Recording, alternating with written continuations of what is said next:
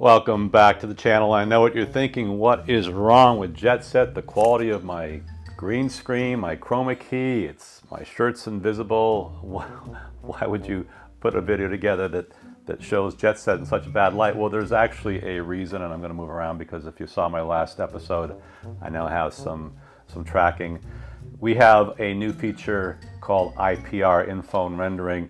What that means essentially is that now you can download the foreground with the green screen, the foreground video shot. You can download the background without the actor, for lack of a better word, or the talent, for lack of a better word in my case.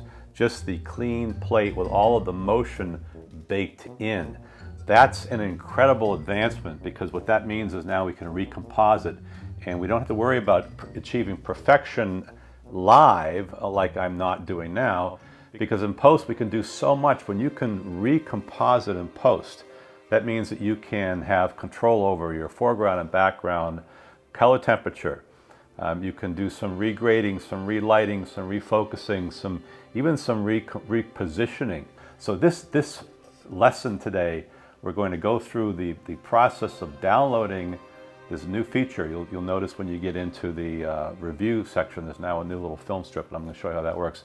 You now have the ability to download the background plate as a clean plate with motion all baked in, and that opens up an incredible set of possibilities. So let's do a deep dive.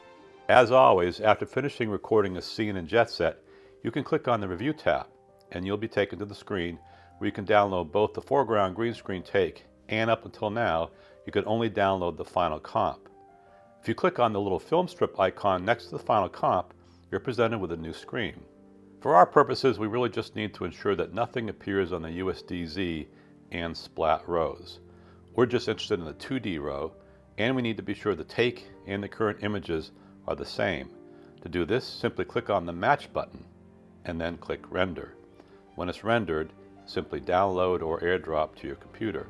In your editing program of choice, you can now put the green screen take directly on top of the new rendered background plate, and really you have so many options at this point. Adjusting skin tone, tweaking the scale of either the foreground or background, adding a drop shadow, adjusting color and exposure, even adding a cinematic grade. At this point, it's really just adjust to taste. And that is what makes virtual production so incredibly groundbreaking. And we're doing all this on an iPhone. And back in my Welsh kitchen, I pull out all the stops with the apron and the pan for this episode of Lightcraft Academy. I hope you're as excited about this new option, this in-phone render option that we now have integrated into the app. If you're using the free version, you can download the re-rendered version in 1080 with the Pro version 4K. So you have a couple of options there. As always, thank you. I appeal to you every week to please subscribe, and we'll see you next time.